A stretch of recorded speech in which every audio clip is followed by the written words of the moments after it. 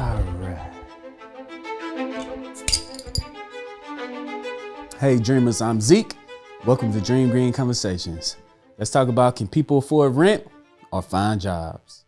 Now, what I'm about to say may piss a lot of landlords off, but I don't really care at all. But I'm gonna read to y'all the qualifications that this person want for this house. And it ain't an amazing ass house. We're not talking about anything super expensive. Okay, so this is gonna hit a little bit at home because she's in Houston and I live in Houston, so this is gonna have to deal a lot with me. So this is not renting an apartment, this is actually renting a house outside the city. And she said it's not even an amazing ass house. It's just a regular house.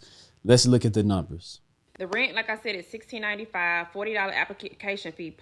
If you're renting for $16.95, you might as well find a smaller house and own, other than rent for $16.95 per adult. They want you to make 3.5 times the rent. Standard for whatever reason is 3 times the rent. When majority of Americans don't even make 3 times a $1,600 a month rent. I don't know. That's crazy.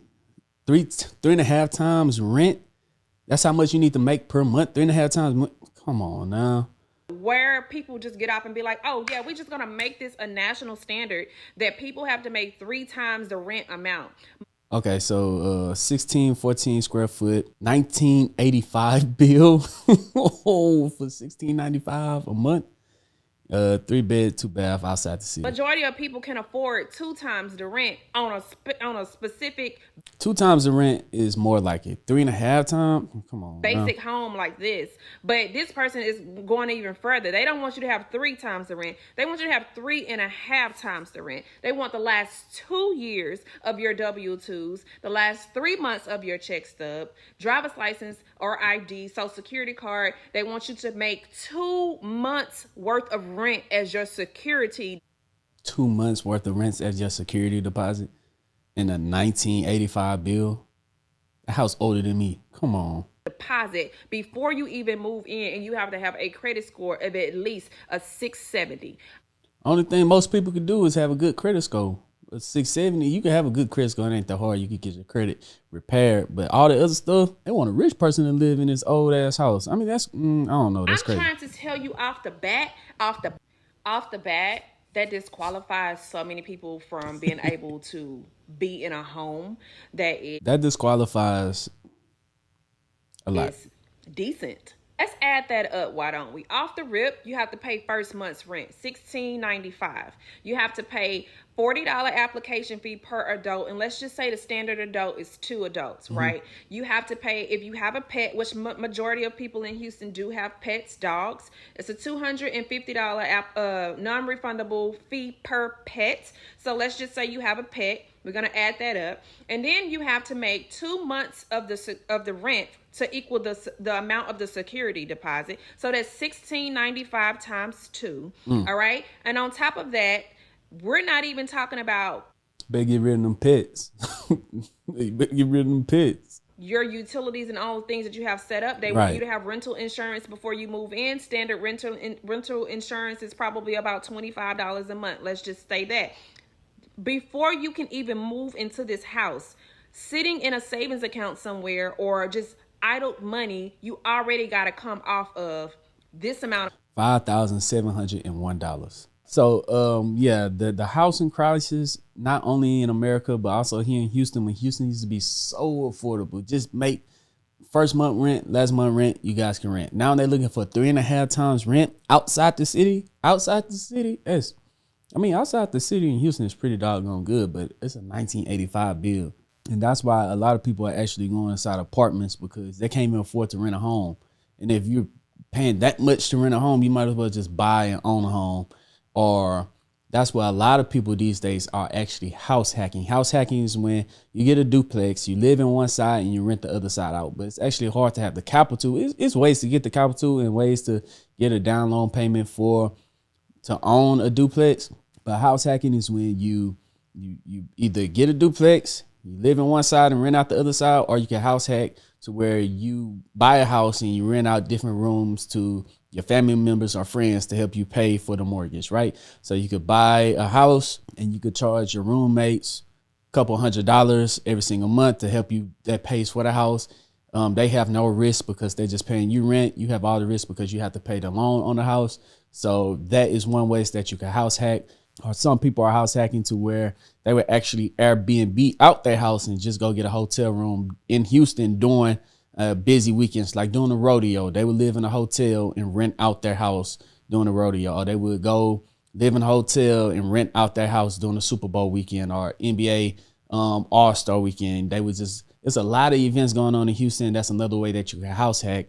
You own a house, rent it out during super duper weekends, make a little money that way. But yeah, the housing crisis in Houston as it's going through the roof, and it's getting kind of crazy actually. Okay, so to lighten up the mood, let's actually it's not gonna lighten up the mood any bit. Let's take a look at inflation. All right, so this is haircuts. It's $57 for a basic cut in 2021. Right now we're in 2024. Let me tell you something. This is my client right here. We met in January of 2021 when a basic haircut was $57. And then later on that year in July, I went up for a basic haircut to $80. Next, in November, just a couple months later, we raised the price for a couple of months later. You went from men's basic haircut this is still 2021. He went from $50 to $100 in 1 year. $100. Then in September of 2022, we moved the price for a basic haircut up to $100. Basic haircut. Basic haircut. And $25. And lastly, in February of 2023, a men's basic haircut was $150. And guess who's still here? My client. And don't forget, we got our eyes set on $200 in 2025. Oh, I'm coming for you, baby. I ain't forget. If you would like to learn $200 for a haircut in 2025, a basic haircut. See, that's look at this. See, look at this. Look at this. That's why I'm growing on my lots, because I can't even afford to get my haircut for $200 every other week or every week. Really, you're supposed to get your haircut every week. And a lot of people are actually going bald because they can't afford to get their haircut every week for $200 a week for a basic haircut. That inflation is crazy. It's even getting inside our community. $200 for a haircut. Better learn how to cut your own hair. But if haircuts getting that expensive, just imagine how much it's going to cost to go out and have a good time, to go out and eat and have a Sunday fun day. It's going to be super expensive. Now let's take a look at how it is getting jobs. All right, so this is a kid, high schooler, probably just graduated high school, looking for a job. He's talking about his struggles. So let's take a look. I just don't think that no one's just talking about this enough, bro. Can someone please tell me why it's so hard to find a normal 9-to-5 job in 2024? Can somebody please tell me that? I'm going to tell y'all something. I used to work at Chick-fil-A last year, right? I worked there from October to probably, I'm going to say around April or something like that. And then basically I got fired for a reason I'm not going to talk about. And then I'm thinking that, hey, this is just a little time to just decide what I want to do in life, because that was my senior year of high school. Now I graduated. Now I'm just trying to find me a new job. Tell me why I went on Indeed, put in so many applications, and did not get a single job. Not a single one. I'm talking. I'm gonna tell you, that's problem number one right there. About I applied at Starbucks, I applied at Wendy, I applied at Car Wash, I applied at Subway, McDonald's. The list goes on. I applied at almost every fast food place that you could ever think of, and I did not get a call back from any last one of them. Okay. Man, hold on. That's crazy. I got an email back from Starbucks saying that they're full, they're not hiring, but come on, bro. And I'm saying it'd be the restaurants and businesses that be having saying that the word hire sign out front of their store, out front of their business, be the main ones not calling back. I mean, if y'all are putting up the word hiring sign, ain't the whole point of that is to accept applications or at least give emails or calls back? I'm going to just tell y'all that trying to find a job in 2024 is not for the weak, bro. I'm going to tell y'all that right now. Okay, so obviously he's looking for an entry-level job, and what he's doing is completely wrong. That's not the way to go to get a job at Starbucks, Chick-fil-A, car washes and anything like that. Those type of companies are not, even though they have "we need help" signs in the window. If you go online inside of Indeed and apply Indeed, you're not going to get anything back. If you go to Indeed.com and you're applying for a spot at Starbucks, you're applying for a manager position. You're applying for a corporate position at Starbucks. You're not going on Indeed for a car wash position. No. These positions that's on Indeed are for, yes, they have applications that you can fill out on there for basic spots, but they're not checking that. In fact, if you put 0, 1, maybe 1 to 5 years of experience on your application, AI is gonna read that, throw that out the window. You'll never hear from them again. If you want a job at McDonald's, Starbucks, Chick-fil-A, Chipotle, even if when they have the signs in the window say "help for hire," you go in and you ask a friend, "Hey, I know you work here at the Jump Place, at Funplex, you working here. Put in a word to your boss, see if you guys are hiring. If you guys are hiring, say, hey, I got a friend I want to work. I want to let you down." It's all about who you know at this point.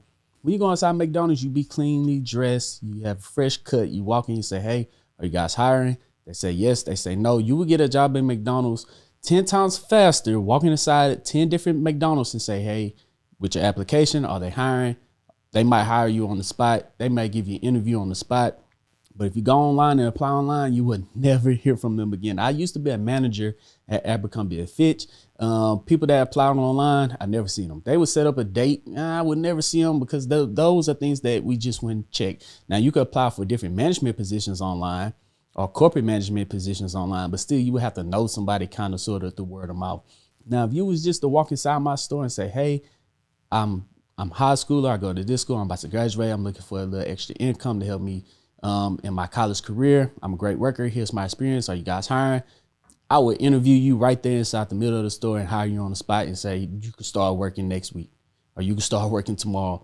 So applying online for entry-level jobs on Indeed, you kind of wasting your time, buddy. You need to go ahead, walk inside that store, ask them straight up front. They'll sit down with you and give you an interview right there. Now let's take a look at a little bit more of a corporate job. I really feel like I'm never gonna get a job again. Like, I'm so scared because, like, I have been unemployed for 3 months. I'm not eligible for unemployment because I just moved here. I am so stressed out. Like, this has never happened to me before. Like, I've always had a job. Did she just move there before she got a job or after she lost her job? I'm confused because you shouldn't be moving anywhere if you don't have a job, unless you're moving somewhere to find a job because you can't find any jobs at where you're at currently. And she needs to clean her steering wheel. She needs to clean her steering wheel. Like, I was an honor student, like 3rd in my class, so successful in high school and college. And I have a bachelor's degree in poli-sci. I have 2 years of experience in mental health. I'm a great worker. I'm so organized. But nobody will even give me an interview. And I was crying on the phone with my mom because I was like, what if I literally can't find a job? Ooh, I know that's tough. I know that's tough. Being in that situation, it's tough. But knowing what I know now, that's tough. Like, I've been applying for months. Like, I literally can't find anything. Like, what am I gonna do? Like, am I just gonna live with my parents for the rest of my life? Because, like, I'm not kidding you. I literally cannot get an interview anywhere. And I have applied to hundreds, if not thousands of jobs in the past few months. I literally don't know what to do. Like, I'm genuinely so scared. Like, I really am terrified. Like, I don't know what is happening in the world right now, but, like, I am a good candidate. I don't know what's happening. She went to college. That means she should know people. In her situation where she needs to ask some friends that she went to college with that have jobs, are they hiring? Once again, it's about who you know, not what you know. I understand that she has her bachelor's degree. She has very good grades in high school. She's a perfect candidate to have. We love to hire her, but she can't find a job because she's applying for all of these jobs online and not asking word of mouth in her friends. So since she's applying online, I heard her say, "I got 2 years of experience."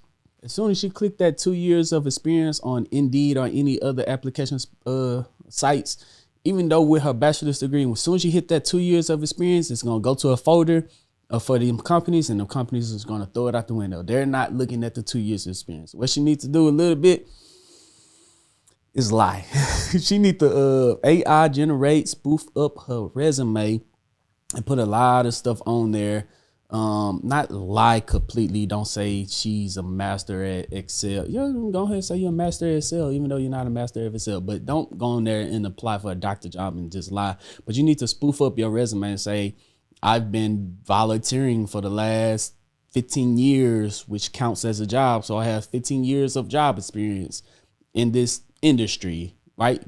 You got to get a job first. Once you get a job, from lying, you're gonna lie, spoof up your resume from 2 years to 15 years of experience. I promise you that it won't automatically get booted on the system. So you might start getting some call back once you boost your experience level, because it's so hard finding a job with no experience. Like, how are you supposed to get experience if you can't find a job? That's stupid, right? How are you going to get experience if you can't find a job, even though you're better than some of the people working there? So they're looking for experience. So you're going to lie about the experience. You're going to get a job. Doesn't matter what job it is, you're going to get it. You don't have to love this job. But while you're working at the first job that you get, you actually have some income coming to you. While you're working at the first job you get, now you can focus on dialing in your resume, finally applying for the job that you really want. So now you're not working for 3 months, but you have a job for 3 months. It might not be the job you want. It might not be the best job. It might actually be a horrible job, but at least you're getting paid. And then while you're working at this job, every day when you get home, either start your own business, start your own side hustle, or every day when you get home, you still apply to these companies until you finally get that resume right and finally get that job interview right, or you run into the right person that you've been networking. Stop applying for jobs. Stop applying for jobs and go to networking events. Go to networking events in your city. Go to networking events outside of your city. Go to networking events online. Go to different networking events. You will find a job a lot quicker at networking events than applying online. When you apply online, no one sees your face, no one knows you, no one cares. So you need to go to these networking events instead of always applying online. So that way you can finally get a job that you want. So yes, you're going to have to find that job that you probably hate at first and work there a couple of months. And then every weekend, you're going to go to a networking event until you find a job that you actually really love. And then that's way that can help her out in the future. So there we go, dreamers. That is the housing crisis, inflation on haircuts, and high schoolers trying to find jobs and post-grads trying to find jobs. Let me know what you think down in the description about any of the videos that you've seen before. Have you been struggling trying to find a job in high school, after graduation, after you got your bachelor's degree? Have you struggled? How's the housing crisis where you at? I know it's pretty bad in Houston right now. What about other cities? Let me know down in the description. And if you guys could hit that thumbs up and that subscribe button, that really helps out this channel more than you guys could possibly even imagine. If you guys know, I do run the Dream Green Show where I post investing videos every single week. If you guys want to be a part of that, I'm going to leave a link to Patreon down in the description. That'll take you to my Discord. Inside of my Discord, I post every single time I buy and sell stocks. I post all of my option trades, and I have 3 pro day traders in there right now that post their day trades every single day, and they have absolutely been killing it. If you want to be a part of a community of traders that want to be financially free just like you, make sure that you check out that link to Patreon down in the description.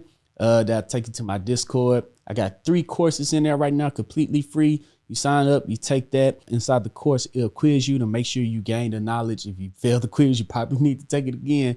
But yeah, all of that is inside of my Patreon. So guys, go check that out. But yeah, guys, other than that, I'm Zeke, bring you the Dream Green Show conversations, and I'm out. Peace.